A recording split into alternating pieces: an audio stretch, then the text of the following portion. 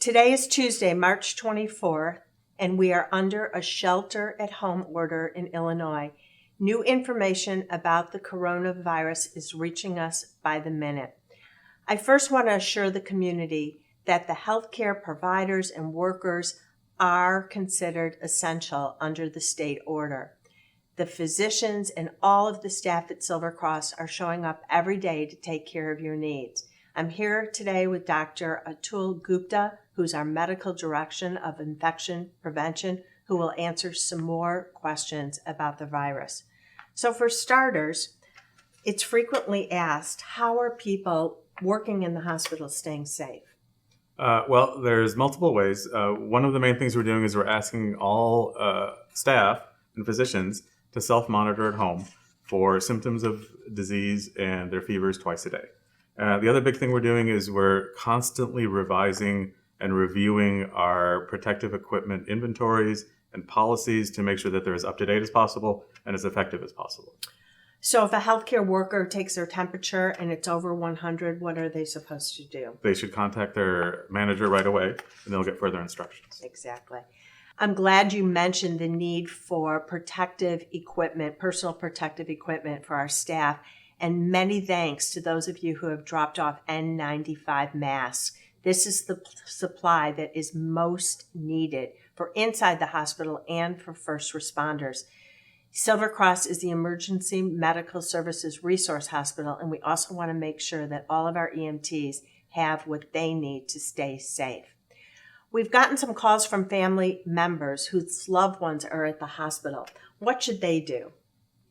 Of course, at the present time, not visiting. Any person who comes to the hospital is a potential source of exposure. And so we have other ways to communicate with your family members. Of course, smartphone, video calls. If you call the unit, they can connect you to the phone in the room. But certainly staying home and staying safe is the most important thing they can do. Right. Is it okay to drop off clothing for people? Sure. We do have a process in place. They can bring clothing to the front desk between 8 a.m. and 5 p.m. And then the front desk will label it and make sure it gets where it needs to go. Okay, good. Another question that we hear about in the press often is, are there enough rooms for patients that potentially will be sick? What's the situation at Silver Cross? Well, some people may have heard about the need to isolate patients in what we call negative pressure rooms, so that the airflow goes from outside the room through the room and then is vented outside the building. And at Silver Cross, when it was built just a few years ago, someone had the foresight to set it up so that a couple of our regular inpatient units can be converted to negative pressure rooms. That's 40 beds total, additional negative pressure rooms on top of what we already have. Plus we have additional areas in the ER and in another area of the hospital that we're converting as well. So we right now have plenty of negative pressure rooms. Right. But I think the public will soon see that a tent is going up outside of the Silver Cross emergency room. Why is that there?